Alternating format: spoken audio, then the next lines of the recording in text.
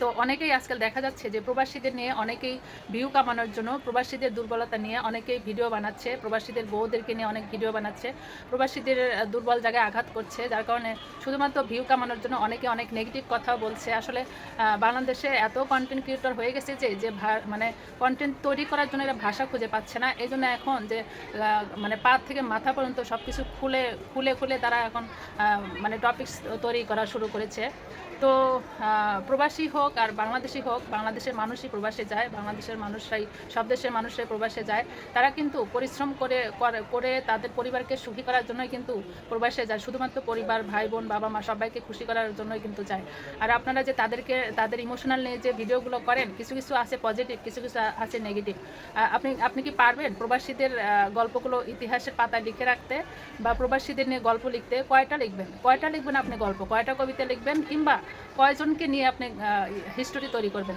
পারবেন না, এটা কখনো সম্ভব না। কারণ একটা প্রবাসী ভাই যখন দেশ থেকে সে সে যখন তার পরিবার বা তার ভিটা মাটির পা এক পা দূরে যখন সরে যায়, তখন প্রবাসীদের মনের ভিতর একটা হৃদয় থাকে, সে ভাঙা হৃদয় নিয়ে কিন্তু সে প্রবাসে যায়।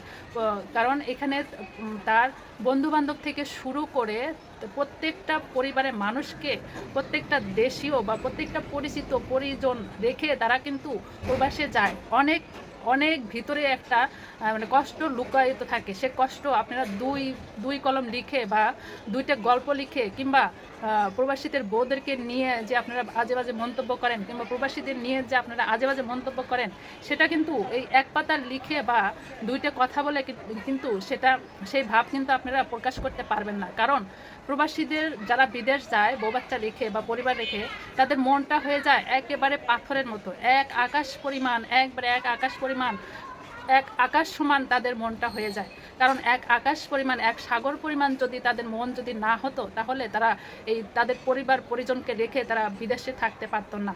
এবং আল্লাহ তাদেরকে ওইভাবে ধৈর্য দিয়েছেন। অতএব এই যে আপনারা নোংরা যে ভিডিওগুলো বানাচ্ছেন, ভালোর দিকে আছে, খারাপের দিকে আছে। আমরা জানি যে ভালোকে গ্রহণ করতে হবে, খারাপকে অ্যাভয়েড করতে হবে। কিন্তু খারাপ তো তখনই লাগে যখন আপনারা তাদের পরিবারকে তুলে ধরেন, প্রবাসী বউদের কিংবা পরিবারের প্রবাসীদের বাবা মন ভাই বোনকে নিয়ে যখন আপনারা তুলে ধরেন, প্রবাসী ভাইদেরকে নিয়ে যখন আপনারা তুলে ধরেন, খারাপ তো তখনই লাগে যে আপনারা তাদের আতে ঘা দেন। আপনারা কয়টা লিখবেন, কয়টা মানে কন্টেন্ট তৈরি করবেন তাদেরকে নিয়ে?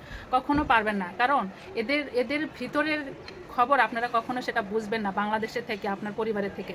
কারণ আপনার পরিবারে যখন আপনি ছিলেন বা আসেন, হয়তো আপনি খুব ফুর্তিতে আসেন, ঠকঠকায় যাচ্ছেন, মানে চোরের মার বড় গলা, আপনি খুব বাপের হোটেলে খাচ্ছেন, ভাইয়ের হোটেলে খাচ্ছেন, কেউ বা মানে যার যে হোটেলেই খান না কেন, এদের জীবন নিয়ে আপনি কখনো লিখতে পারবেন না কিংবা বলতে পারবেন না। কারণ এদের লিখতে গেলে কিংবা বলতে গেলে কিংবা তাদের হিস্টোরি নিয়ে গল্প বানাতে গেলে ওই এক কথা দুই কথা বা 5 মিনিটে বা 10 মিনিটের গল্প দিয়ে এদের কখনো হিস্টোরি কখনো শেষ করতে পারবেন না। এটা আমি গ্যারান্টি দিয়ে বলতে পারি। কারণ